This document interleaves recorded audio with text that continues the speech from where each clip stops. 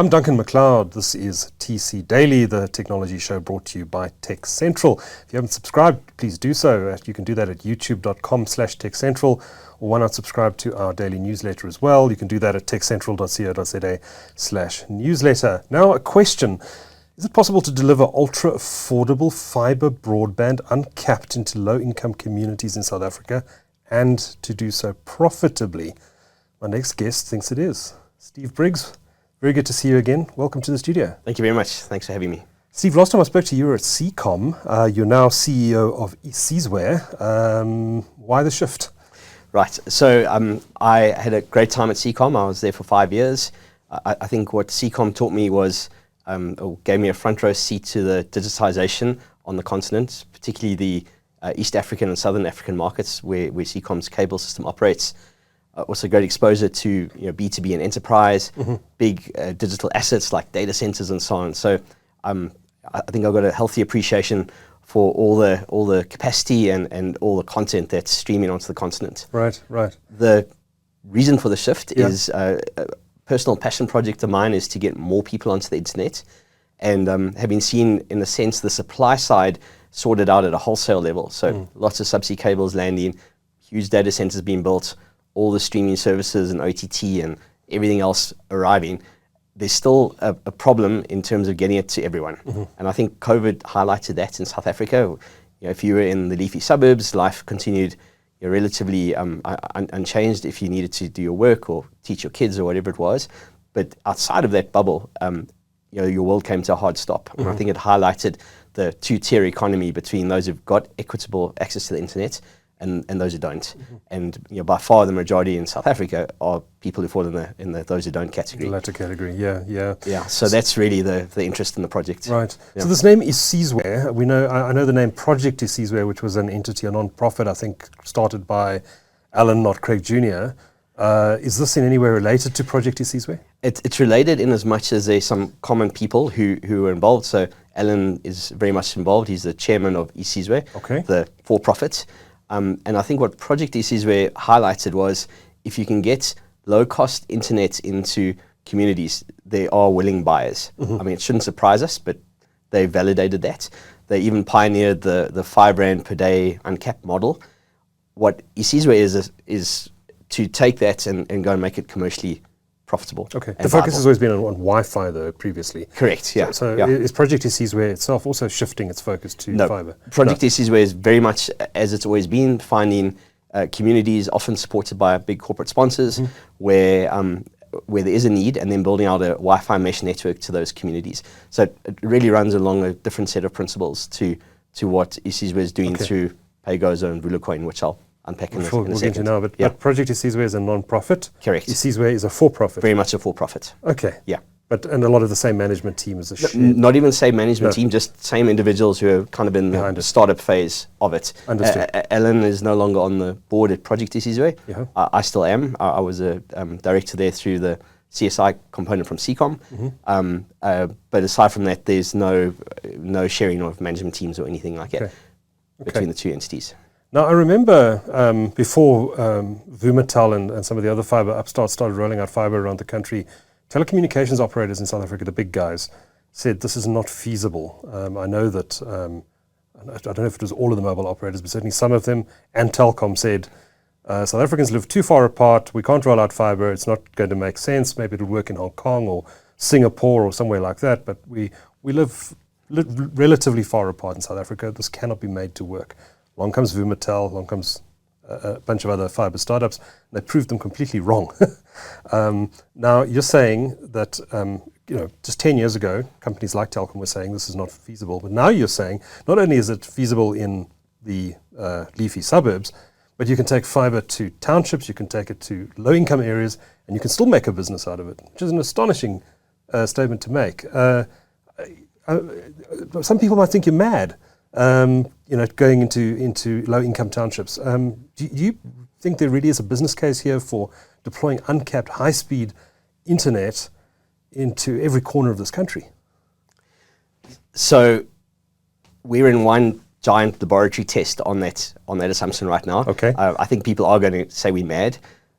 we're seeing great results from a pilot project we're running in Kayamandi, which is in Stellenbosch.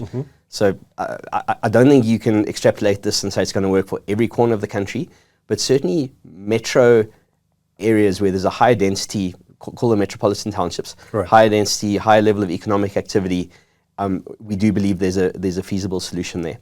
And maybe, just to go back to that, before we rolled out into leafy suburbs view, I recall those same debates where people said, Hong Kong, high density of apartments, you could amortize your infrastructure over a great number of people.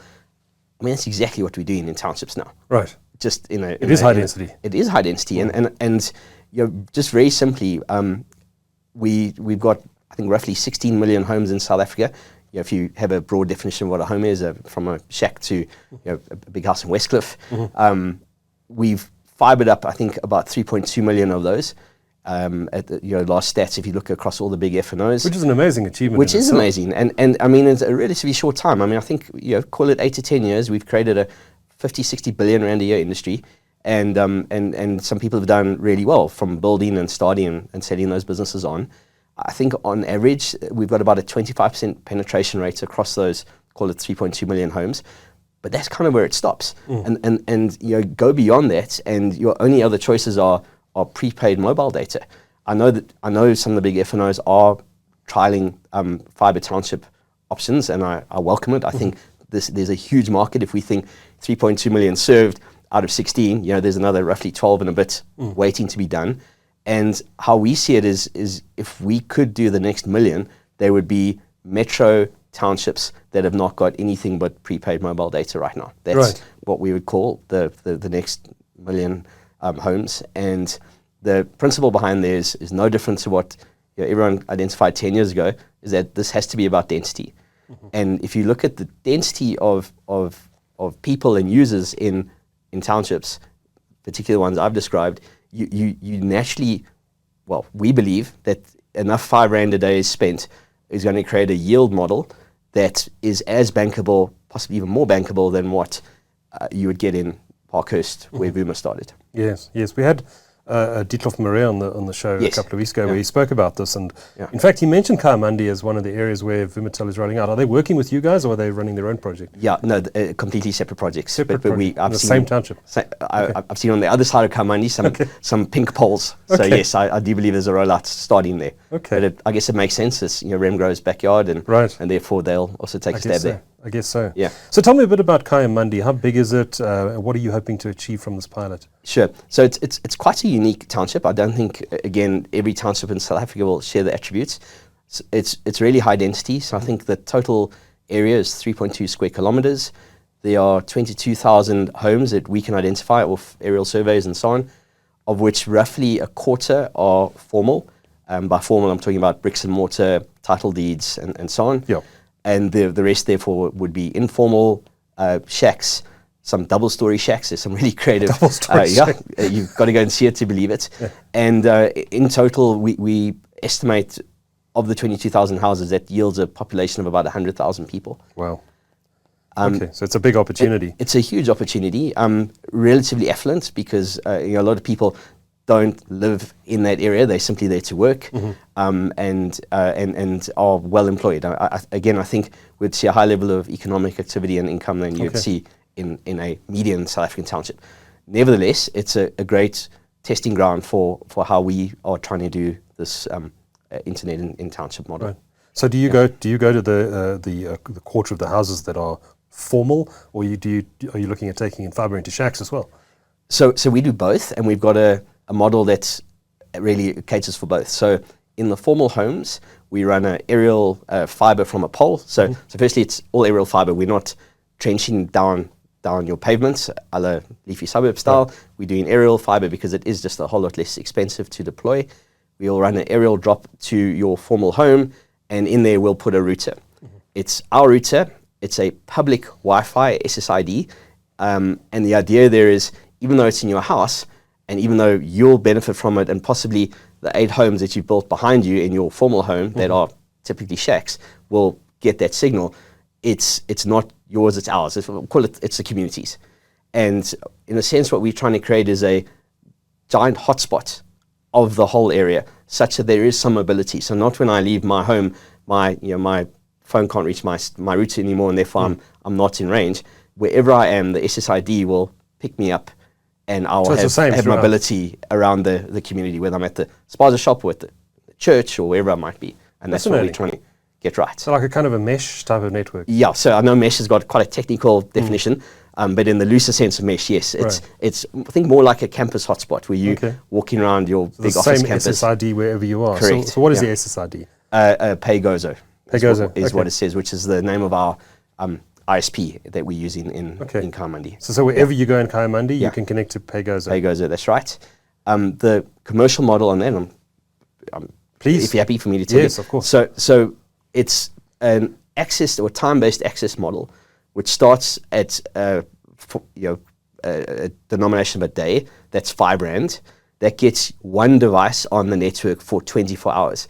How much data you consume, what you do with it, where you roam in the area, none of our business. We just give you that access.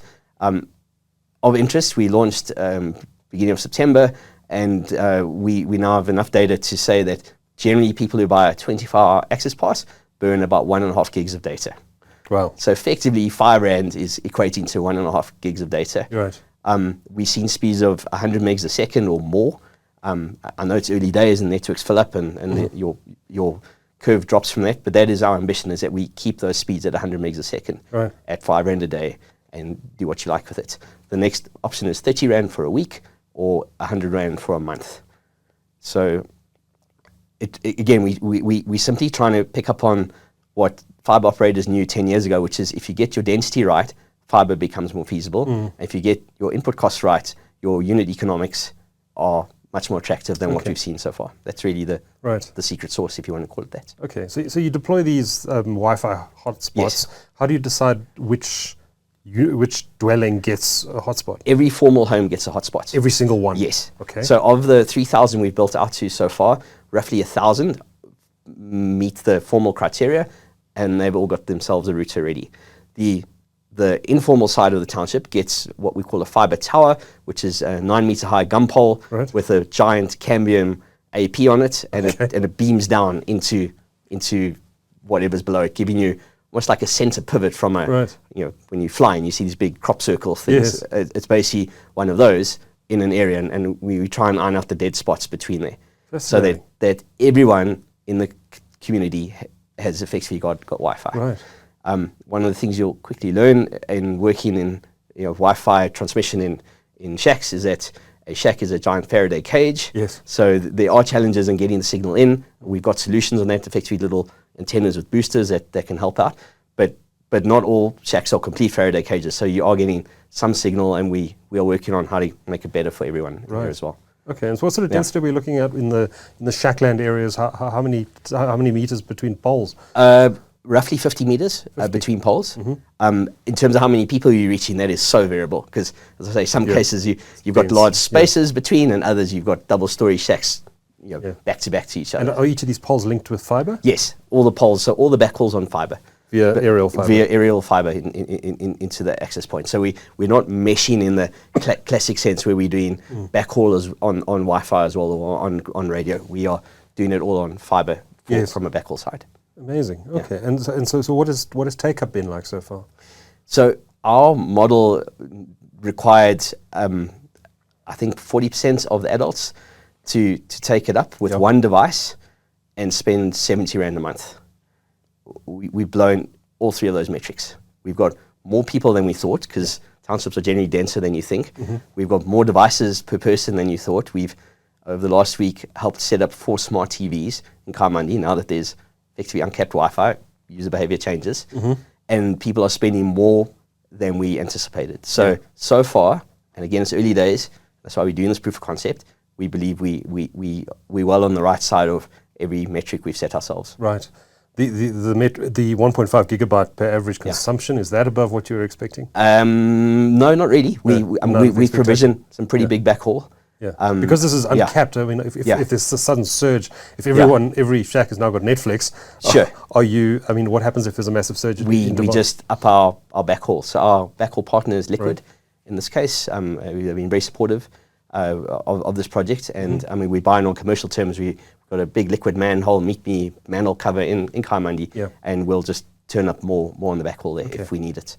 And this being South Africa, with crime and theft being rampant, what about protecting your infrastructure that you deploy? Sure, I mean, a great question. We've been at real pains to make sure we've got genuine community involvement. So what I mean by that is we've spent a disproportionate amount of time locating the key movers and shakers in Kayamandi. They're now working with us. That has spawned out employment for the residents of Kayamandi, from kind of O&M maintenance all the way through to selling our vouchers. So there's, firstly, we've got, call it a license from the community to operate there. Secondly, we have a value share model with the community. We're not waving our way leave and saying we've got a right to put up a pole and that's it. We are working with the community to deploy, to train, to teach, and we believe that once we've got the network live and we effectively move out of build mode to maintenance mode, the community stands to gain as well from the various kind of streams that flow from there. Right. Again, reselling, maintenance, and so on. We had one interesting incident where a pole disappeared on a Friday night, and very early on Saturday. An entire pole? A gun pole, yeah. Okay. It was just lying in the yard, getting ready to be built. Okay. And it got returned the next day with an apology because the community stepped in to say, hang on, not cool. Yeah. And I mean, I think our surprise from the community has been just how welcoming they've been for this project. And when people got over the fact they thought it was a scam, you can't give me internet for R5 a day and not have a catch there. When that's being seen, I think there's a real sense, well, this is going to be life-changing. And I mean, just some more stats. We've now got over 10,000 unique registered users on the platform now, and just for the 3,000 homes we've covered. So we haven't completed the project. And over what period of time are we talking here? 2 months. Okay. Yeah, 2.5 months, beginning of September to date. Right. So that's a good percentage of the total population. Good percentage. Of we pleased. As I say again, we've been surprised at how well this has been received. Yeah. It must take a lot of time though to engage with community leaders and to identify who the leaders are in the area and get that community buy-in. Is that something you're going to have to do in every township and every area that you roll out? And is that going to slow down your deployment? I think it's an absolute prerequisite for success. Okay. And if it slows down deployment, we'd rather work in those areas where there are community structures that are stable and welcoming than think it's about a land grab and putting capital in the ground and then wondering why those projects fail. Yeah. So it is time consuming, but it's also absolute prerequisite and I guess to some degree a potential comparative advantage for what we're trying to do. Yeah. I know a big challenge facing fibre operators and all businesses around South Africa, these so-called business forums, these criminal groups that want to extract their pound of flesh from deployments. Have you seen any of that in Kayamandi? Not in Kayamandi. I mean, we're very aware of those, as well as the construction mafias that kind of support them and so on. Again, if we get into an area and it becomes apparent that that's how the rules are going to be, or that's what the rules are there, we'll rather walk away. You'll walk away? Yeah. It's just not going to be feasible for our model or what we're trying to do in those communities. Yeah. So tell us about your partners. Your PayGozo. Who are they? They're the ISP, but are they associated with Isizwe? Very much so. So quick org chart. Sure. There's Isizwe. Isizwe is the controlling shareholder of both PayGozo and Vumatel. So Isizwe is really just, I mean, shouldn't be a customer-facing brand at all. I know it's been spun up in the press a bit, but really the two go-to-market brands are PayGozo, that was started by Rich Hen and his team. Deep fibre deployment experience, if you look at who's in there. They are both the ISP and the fibre network operator for now. I mean, in time, we still working out whether you can be both or be one or the other, but for now, to prove our point, they both the F&O and the ISP. And then Vumatel is effectively a payment wallet. It's got some quite sexy tech behind it. It's got blockchain and things like that, but that's really not what its selling point is. The selling point is it's there to solve for microtransactions that are quite expensive.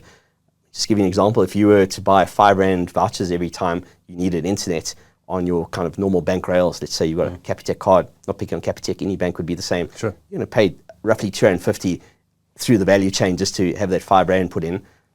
I mean, that's 50% of face value. That's quite a commission effectively on that transaction. Yeah. So what Vumatel is there to solve is once the value is in the wallet, and you can put value in 3 ways. Again, you can use a debit or credit card, you can use a voucher like Flash, or we've got resellers in the community who you give them a £5 coin, they will flick £5 into your PayGozo account. Right. Once the value's in there, every transaction after that carries no transaction costs from our side. We're not clipping the ticket again. So we're trying to solve for micropayments in there, and that seems to be working so far. I mean, not that there's any shortage of wallets in South Africa, surprisingly, but this is one in particular that seems to have a good application and has been well received by the community. So is Vumatel itself a cryptocurrency? No. It's it's a stable coin if you want to get into the details. So it's pegged to value. It's a 1-to-1 value to the rand. But truly, that's not what you're trying to do. Is spin up a crypto on the side. Okay. It's really just we're using the benefits of blockchain, the openness and the transparency to run a wallet, because ultimately the scale economies on that are far less or far higher than your typical banking structures. Right. That's really why we've chosen that. Fascinating. Yeah. Is that a bit of an indictment, do you think, on the financial services industry in South Africa? I mean, I think it's fair to say the financial services, whether the payment associations or the card associations or the banks, would all agree that there's a problem when it comes to micropayments. If you've got big payments, it's great. There's security. You're taking cash out the system. But if you and I want to spend £5 or less on something, that's kind of where the payment side in the traditional sense falls a bit short. Right. Okay. Now, you mentioned that the cost of aerial fibre versus trenched fibre in the suburbs has traditionally been trenched. Yes. How much cheaper is it? So happy to disclose our costing. We are in our cost per house in the traditional bricks and mortar sense, so the more formal houses, is 2,500 rand. That's the aerial fibre, that's the engineering behind there, and that's the router. I led to believe that in some of the leafy suburbs, it can be much, much higher than that, in the double digits even. Yeah. So it is a lot less expensive to put it down in from an aerial perspective. Right. Okay. And how does it work? Just literally poles with fibre rings and then you just pull it down from there into the homes. That's it. I mean, no secret sauce there. It's what you'd expect in any other kind of fibre build out, just using poles overhead. Okay. I believe it's called a block build model. Right. Yeah. Okay. And the type of fibre, I mean, is it what can you do with this fibre? Are there any limitations to it compared to what the fibre you'd get in a traditional residential home? It's the same standard stuff. Yeah. There's nothing different about how we deploy or what we deploy from a fibre side. In fact, we actually have invested in quite expensive kits. Our routers are Nokia, for example. Right. And we're surprised by how that brand is still well known in the community. I think Nokia did such a good branding job on their phones all those years ago. Exactly. that there's a sense of, oh wow, you put in a Nokia in my house. That's amazing. So kudos to Nokia for their brand. Yeah, for sure. Amazing. So what's next? What's after Kayamandi? Once you've proven the model, what do you do after that? So we again acknowledge we're in a giant laboratory experiment at the moment. We want to close out the rest of Kayamandi by the end of Q1 next year. So call it end of March 23. We would then want to deploy to 2 other adjacent townships, Mfuleni and Nomzamo, Somerset West and Gordons Bay, which is almost contiguous with Kayamandi if you just think of the geography of that part of the Western Cape. That in total would take us to 110,000 homes in those 3 townships. What we want to use next year for is to, proof test our idea that this can be done at scale with smart civil engineers who've got real kind of spatial planning analysis and the ability to build out big civil projects. So I think we're quite used to big civil projects being electricity or power or sewerage, but that kind of thinking is seemingly a bit short on the telco side. We're trying to translate that kind of big scale capital deployment into a telco type model. And once we've done that and we've hopefully still meet all our key metrics at the end of next year, we believe we've got a potential business here, which we would then look to other parts of Metro South Africa to go and duplicate, and possibly even beyond. I mean, it's not unique in South Africa that there's a big problem to get equitable internet access to poorer communities. Now, you may soon be competing with the likes of Vumatel, which is backed by giants like soon to be Vodacom, Remgrow. This is a scale game. What's your funding model behind this? Sure. You're going to need some quite deep pockets, I imagine, if you want to take on the big guys. Quite right. So I mean, building telco infrastructure is eye-wateringly expensive. It's one giant, capex grind, if you want to call it that. The good news is that the kind of post-paid fiber network success over the last 8 to 10 years has certainly caught the attention of the big banks and big investors. So we've been pleasantly surprised at how much capital there seems to be if you can prove a model. From big project finance with South African banks on big commercial terms to DFIs and foreign funding institutions. If you can show a decent business case, there's no shortage of capital. Right. And that's what we're trying to do. So by taking our time to spin this up and make sure we've got the model right, we do believe that the capital will follow from there. Okay. Have you had conversations at this stage with any of the banks or funders? Yeah, we have. And they're showing interest? Deep interest. We really are quite far down the road on some of those conversations already. Yeah. What about load shedding? How does that impact you? So it certainly has a huge impact. In fact, you can see our usage stats climbing nicely during the day, and then you just see an absolute kind of chasm for 2 hours. The interesting thing is the floor at the bottom of that chasm is getting slightly higher each time. Okay. And what that says is that people are putting devices in their homes for backup. So our Nokia CPE we use, if you plug a normal cell phone backup power bank in there, the thing can carry on. Okay. So people have worked that out.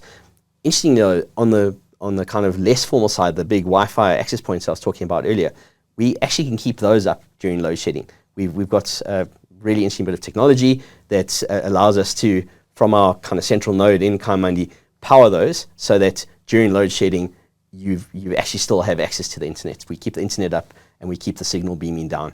And there's a bit of kind of social justice there when in the suburbs that you can see in Stellenbosch that pay a lot more for the internet, they're hard down and our community is still up even during load shedding. But to the point to your question, load shedding has a massive impact on how people consume the internet. Is it much easier to keep a fibre network up during load shedding than it is a cellular base station? Because I notice in my area, my fibre connection stays up throughout load shedding when there's a power. In fact, if the power goes off for a day, the fibre stays up. Yeah. But the local cell phone tower falls over. Yeah. Look, I mean, probably a bit beyond my ability to give you a good technical answer, but anecdotally, I've seen the same. I think some of the networks, the mobile networks are now on record saying they've had all their batteries stolen and their generators and their diesel. So from now on, if the lights are out, the tower's down and don't ask any more questions. Whereas the fibre networks do seem to have a way of keeping it up. And certainly in the network we've built in Kayamandi, we've built in from the start battery backup, knowing how impactful load shedding can be in that community. So before I let you go, Steve, this really is quite an exciting development. Is South Africa pioneering this? I know that South Africa was a pioneer in prepaid cellular, and that's actually what led to the explosion of cellular use across the country and then ultimately around the world. Are we in South Africa actually starting to pioneer this concept of cheap prepaid fibre? And if it works here, do you think this is going to become the model across the developing world? So there definitely are examples in other parts of the world. I think of Kenya, I think of a company called POA and Mawingu separately. Okay. They've got similar ideas. But I do think we're onto something here. And if I just look at the interest shown by, call it the international vendor and finance community for this particular project, there does seem to be some sense of us plowing a new furrow, if I can call it that. Yeah. And hopefully we can execute on our lofty ambitions and we can export this model. That would be our intention. Okay. Steve Briggs is CEO of Isizwe. Good luck to you and your team. A fascinating project. And thanks for joining us in the studio at TechCentral. Thank you very much, Duncan. Thanks, Steve.